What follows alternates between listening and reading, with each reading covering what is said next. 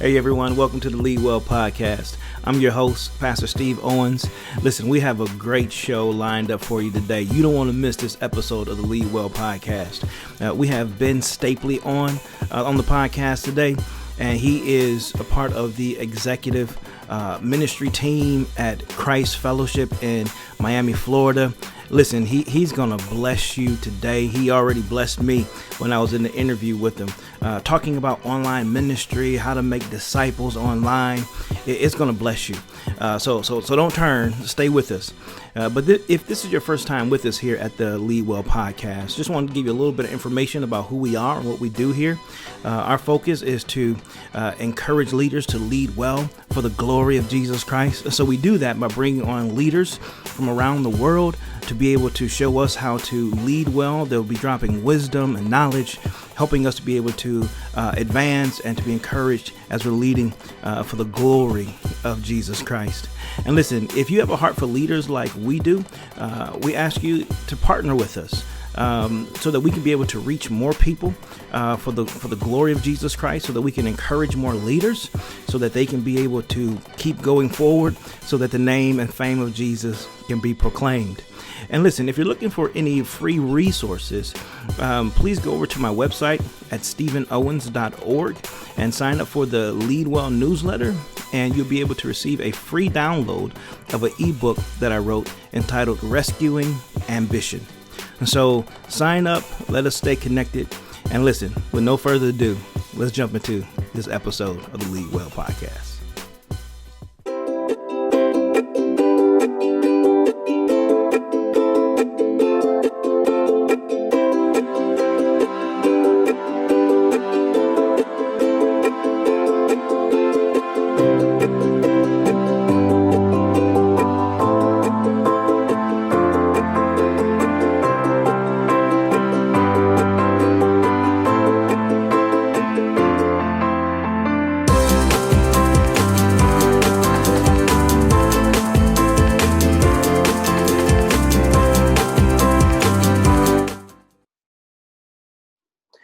All right, Brother Ben, thank you so much for coming on to the Lead Well podcast. I really appreciate it, man.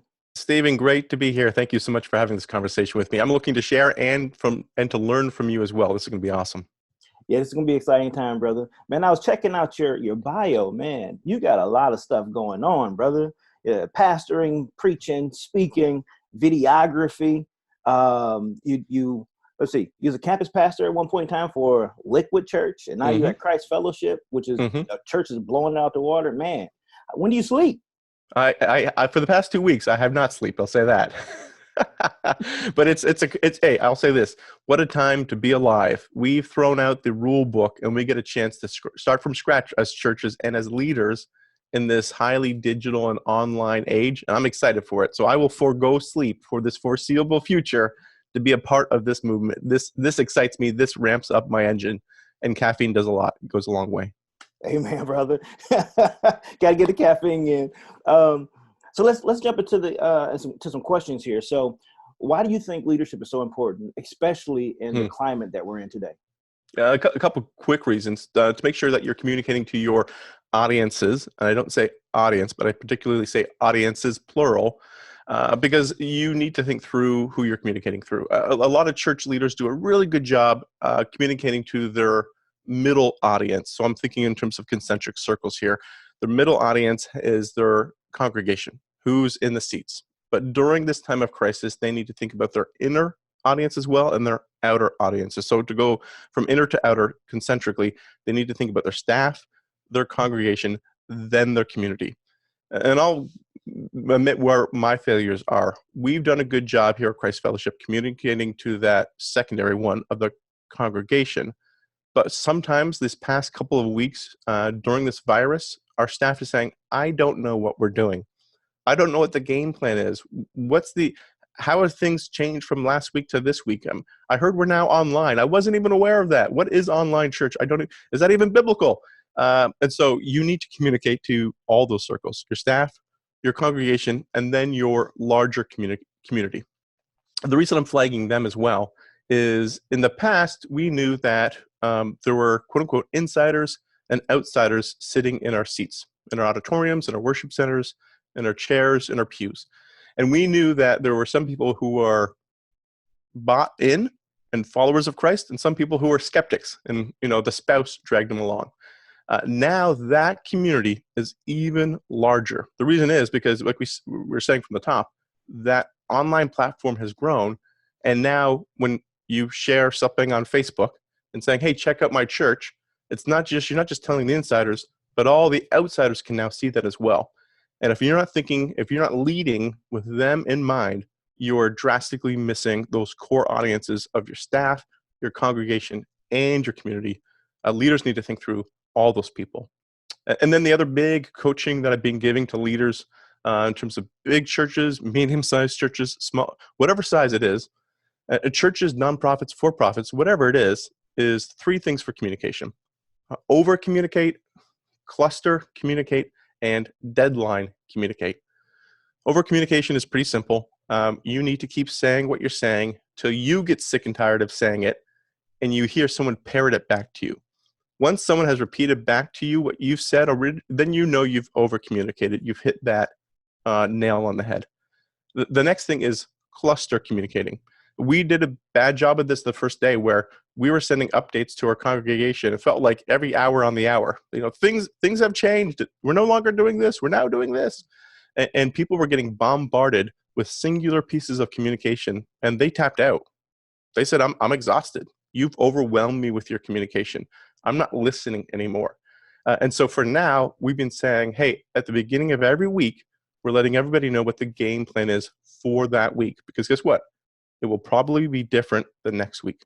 And we're going to cluster all that communication at once and send it out through all of our channels at once. That's helped people understand what's being said by putting it all together at once. And they see the whole picture and understand how everything works together. And then the last strong leadership tip that I give people during this new season is deadline communicate. So we're on the cusp of Easter at this point. When you and I recorded this conversation, we were a couple of weeks out. We didn't know if we were going to make the call on Easter. Do we do it? Are we confirmed? It's just going to be online. Or are we willing to open our doors? We didn't know that, but we told the congregation, we're going to tell you 2 weeks beforehand. So we don't know the answer now, but we do know we will know the answer 2 weeks beforehand. Stay prepared for that. Look for that. It is coming out the pipe. That was super helpful because it lessened anticipation. It lessened worry and anxiety. People knew that, hey, I don't have all the facts right now, but there will come a time in which I will. And that gives your people comfort. Even in the midst of the fog and the uncertainty, let people know when they will get that. Those are some strong leadership principles I've been trying to lead with. Man, this is amazingly helpful. As I listen to you, and let me tell you, I'm taking notes, all right? Because this is helpful for us too, even over at Mount Calvary. And so as you're looking at this and you're seeing our climate, what are you sensing as being helpful for churches, as in, what are some of the things that we can do to get online or to make our online services even better? Like, what are some helps and tips for that? Yeah, the first thing is stop looking at what the church across the street, or worse yet, across the nation is doing, and don't get caught up in the comparison game. If you do, you're going to get frustrated, you're going to become demoralized, and you're going to stop in your tracks. So that's the first thing. Don't look at what God's called other people to do. Look at what He's called you uniquely to do, and lean into that. And then the second thing is start wherever you are. What's the old adage? Imperfect action trumps perfect inaction. So yeah, whatever you do, the first time you do this, it's going to be a hot mess. Let's call it out. But it's going to get better the next time, and the next time, and the next time. So if you're still on the fence of inaction, I'm here pushing you over that fence and saying jump into it now, because you're only going to get better by starting to do it now. I remember a quote by a famous he was the American post laureate. He wrote poems, and he was being interviewed by NPR, and someone said, what helped you write your first good poem? And he said, writing my first 200 bad poems. And so he was acknowledging that it takes work to get to the good, and you got to push through some of that mediocre or even bad to get there. So if you're nervous about that, jump in because you'll get going. And then the second thing is I encourage everybody with this. If your people are listening and they're not watching, I'm holding up an iPhone right now, and I'm saying we all have digital tools in our hands right now.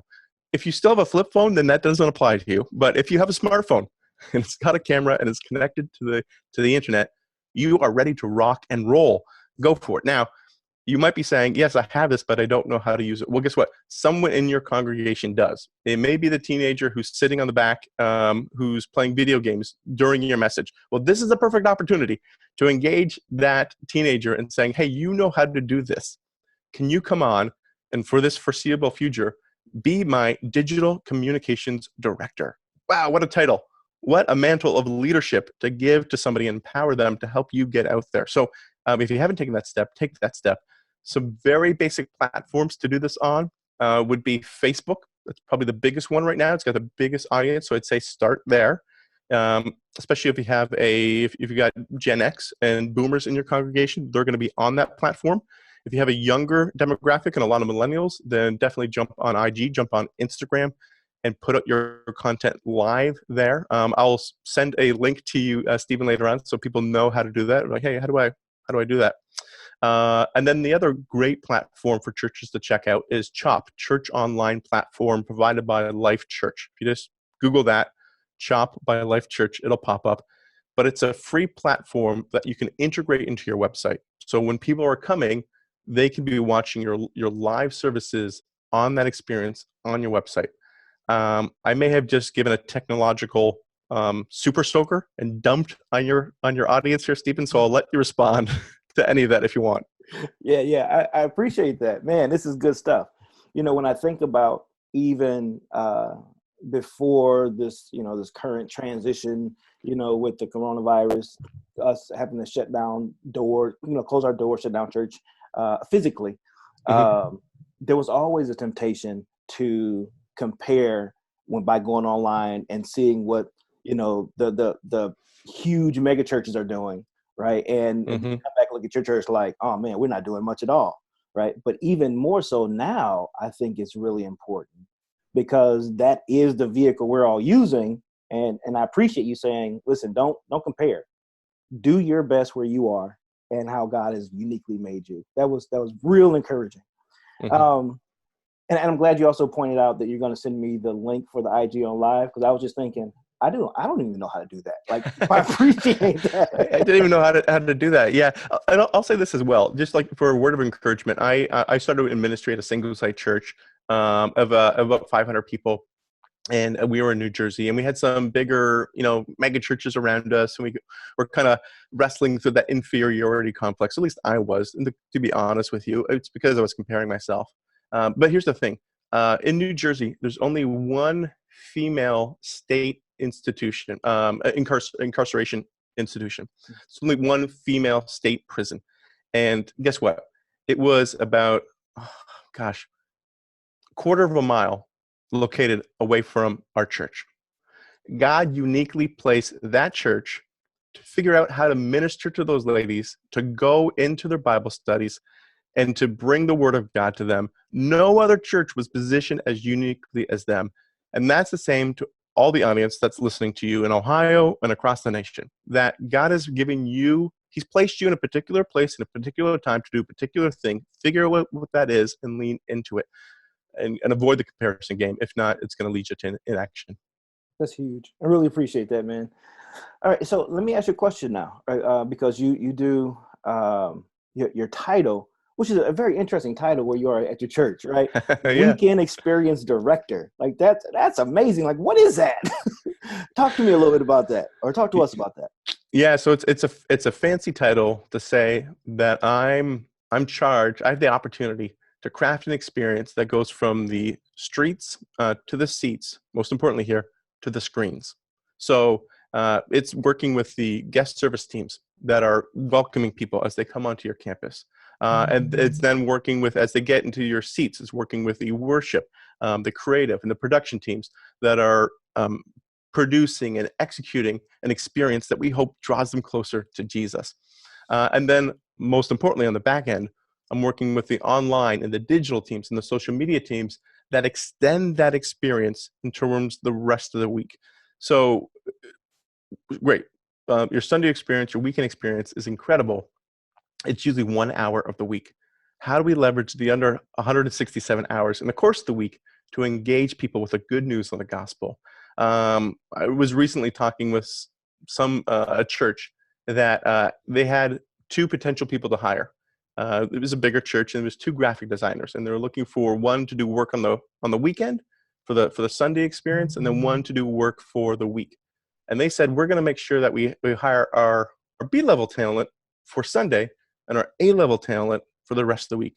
And this applies for staff or for volunteers. So this idea can scale up or scale down. And I said, why is that? And they said, because you have more opportunity during the rest of the week. Why would you give your best volunteer just 1 hour to be engaged with, and their experience to just go over, put them for the rest of the week? So that light bulb changed my mind. Making sure that experience goes from the streets to the seats to the screens. And so that's, to answer your quick question, that's what I oversee. Okay. All right. So let's talk through then, right? Because as you say that, what I'm thinking through is, okay, so it's somewhat of a model to get people to, as you said, get to know Jesus. So my next question is, all right, discipleship, right? How do we get them to become, not just meet them, not just to meet Christ, but to become more like Christ, right? So what is that process that you guys are using online? Because I think a lot of pastors right now, they would understand, right, how to make disciples face to face in small groups at the church and all that kind of stuff. But how do we do that online? What does that look like? Is that possible? Great questions. I'll run you through a couple of answers. I know we're not going to have all the time to drill into this. One resource I'll push people towards now, benstapley.info/online has additional information to answer this question. But to answer your question as directly as I can, the two things I first ask churches is, do you believe you can create spiritual disciples in online and digital communities? If you answer yes to that, then we can keep going. I've heard some churches who say no. That being said, I've asked those pastors, so do you text, I'm praying for you this weekend, to someone who's grieving? Are you willing to give them a voice memo or a phone call? Those are digital tools that we're using right now to minister to our people, to shepherd our flocks. And so we do that. Not all of our ministry is strictly face-to-face. Now, how comfortable you are in going down that digital trail is up to your audience. But let's first acknowledge that we all do that to some degree. We are all leveraging, unless you're just a physical only experience with your people, and you never give them a call or shoot them an email, you are already engaging them spiritually to some degree through digital tools. So that's the first thing. And then the second thing I always encourage pastors to wrestle through is, do you believe that all tides, a rising tide raises all ships? Because here's some concern, that if I make this online thing great, well, then people still go to my church. Am I just siphoning off my congregation to go online, and is my church going to suffer? I don't believe that's the case. I believe that rising tide will lift all ships. And I believe both are feeder systems. You think like baseball, right? Minor leagues, major leagues. They're both feeder systems into each other. So here's the reason. People at your physical campuses, when they're sick, when they're vacationing, when they're working, what do? Well, hopefully they'll go online. And then people who explore you and check you out online, hopefully at some point they'll come to your physical campus. And those two platforms, those two experiences cross-pollinate and help each other. So that's the first answer. The first question is that your audience needs to wrestle with.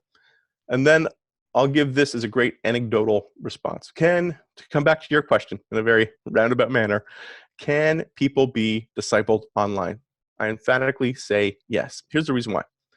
If I meet a guy in the congregation and I ask how it's going, we'll talk about sports, we'll talk about the weather, we'll talk about our families, we'll talk about the virus.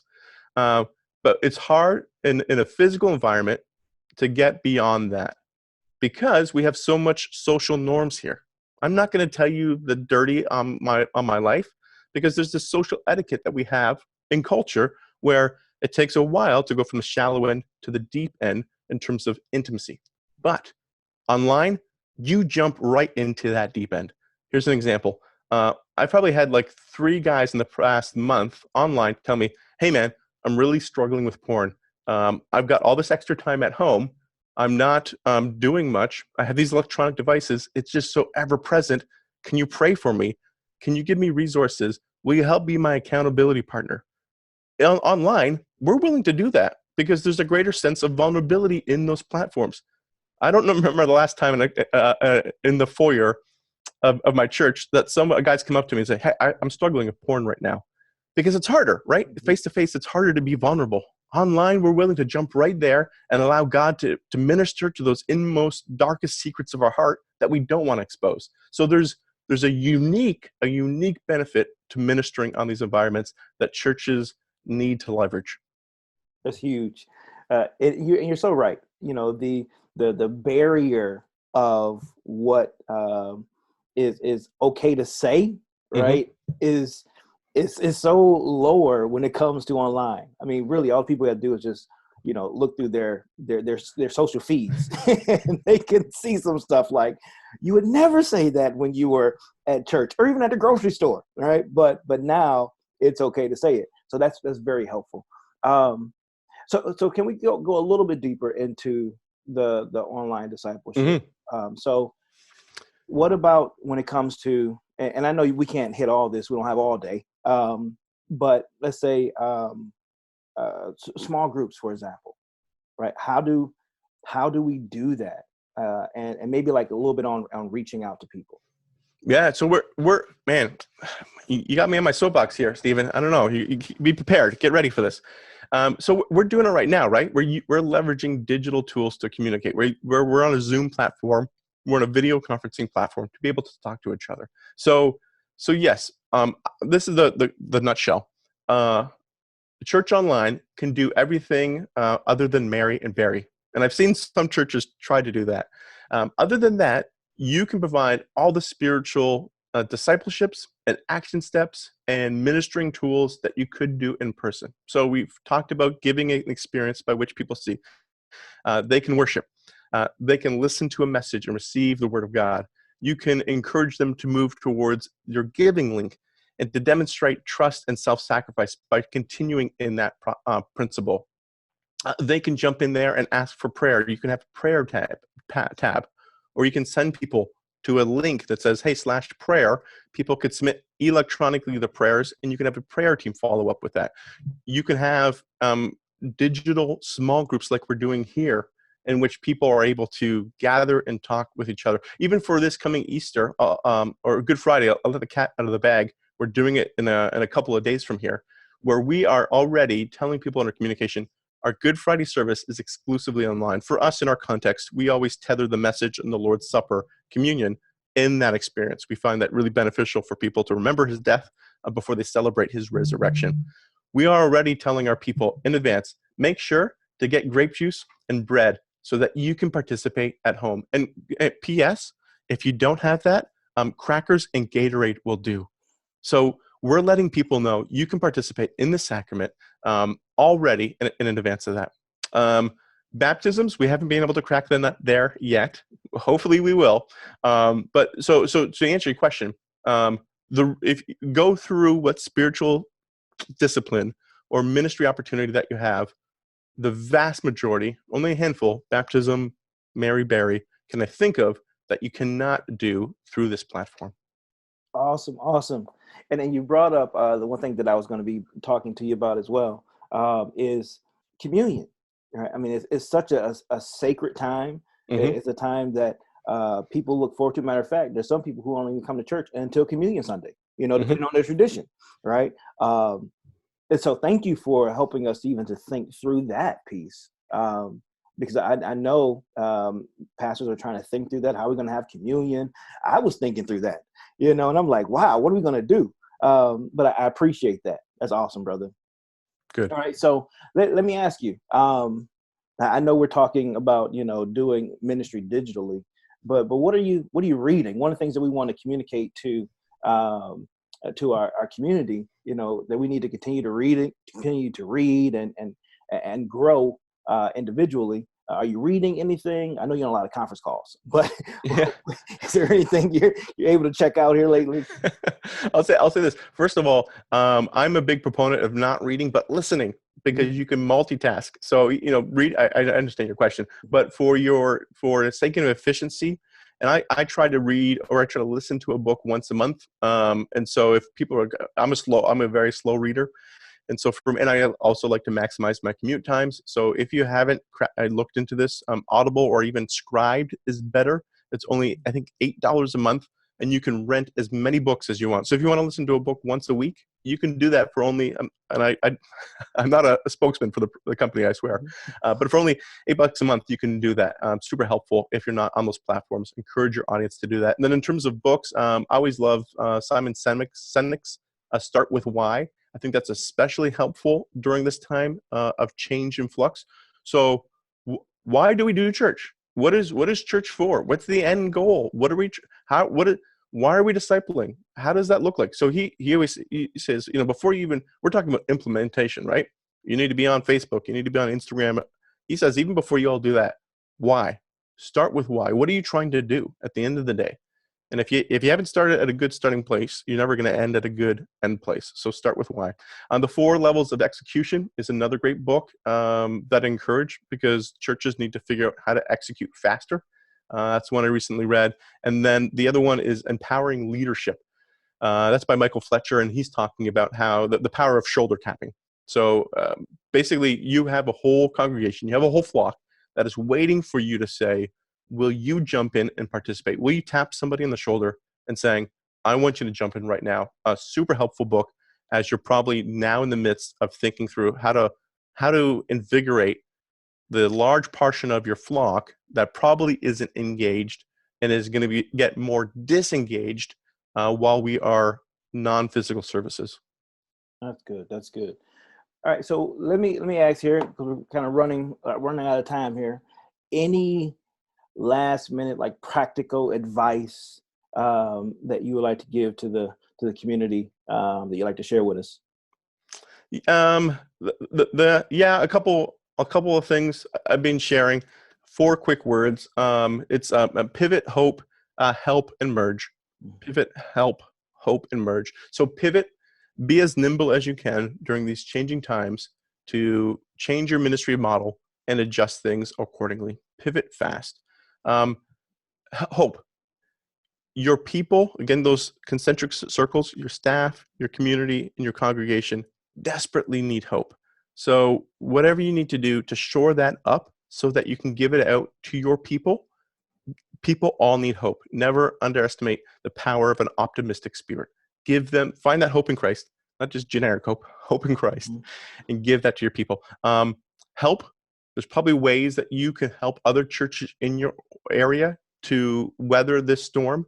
Figure out how you can be a help to the other churches around you. And then the last thing, the hardest conversation, but it's helpful to bring this up now and mention the elephant in the room: merge. We are going to be coming out of this health crisis and financial crisis in a worse shape. People are going to be less inclined to give because the economy is down. Our giving has probably been down as some of our doors have been shut. Some of our churches were on the financial bubble in terms of being solvent. We may come out of this period realizing that we can no longer afford to keep our doors open. That's disappointing, but here's the news. The work of God might not continue under your leadership, but it doesn't mean it needs to stop continuing. So those churches who are wrestling through those tough financial realities, I would encourage them now to start looking around and saying, you know what, if we had to close our doors, who would we want to see reopen them? Who's a church in our area that we think, man, they're doing an awesome job of loving Jesus, and it would break my heart if we got here. But the silver lining would know that his work, not my work, his work is going to continue through his building, not my building. And I would love to see that pastor take the reins from here. Again, it's an elephant in the room. It's a bit of a Debbie Downer to mention, but it's something that we need to wrestle through now. So on the flip side of it, we may have a game plan if needed. Oh man, what a blessing! When you're talking about that, the thing that came to my head was the words of Jesus, right? So He will build His church, Mhm. right? And it's not so much talking about the local assembly where we meet, at a building, but the church is not going to stop. He's going to build and He's going to continue to grow, and God is going to do His thing, man. And Come listen, on. He is Come on now. sending us forward, right? So it's exciting. I need it. Don't stop. Don't stop now. I need this. I need this. Yes, sir. He is going to do His work, man. So we got to trust in God and just know that He is sovereign. Everything is going to work out, and He's going to continue to build His church, right? In every crisis, there's an opportunity, right? And God is doing something. And we just got to trust Him. We got to trust Him. He's going to build. So, man, thank you so much for coming onto the podcast, brother. This was encouraging. I know the community is going to be encouraged by everything you were sharing. And how can people reach out to you? How can they connect with you? Yeah, the best way is through my website, benstapley.info, or you can jump on all the social media platforms. I think I'm on the majority of them, other than TikTok. I have not got there yet. And hit me up with Ben Stapley. I would love to connect with your audience. Awesome, man. Awesome. Well, brother, I appreciate you coming on. And listen, we will have you back on. I know you're trying to figure out a whole lot of stuff to do right now with the church. But we'd love to have you back on, when things kind of cool down for you, to share, what God is doing, through you guys. So, For sure. Appreciate you so much, man. Thanks for having me. All right. Thank you. Hey, I hope you enjoyed that interview with Ben Stapley. I know I did. He blessed me. Hey, if you're interested in developing your leadership skills, hey, reach out to me. I'd love to be your leadership coach and see what the Lord is doing in your life. But also, hey, just connect with me on any other social media platform. I'm on Facebook. I'm on Instagram. I'm also on Twitter. Reach out to me. I love to connect with you. Well, all right. Thank you so much for being a part of this episode of the Lead Well podcast. I pray that you are blessed, and I pray that you'll continue to be blessed. And be on the lookout for our next episode coming up. All right. Remember, leaders must lead well. God bless you. Bye now.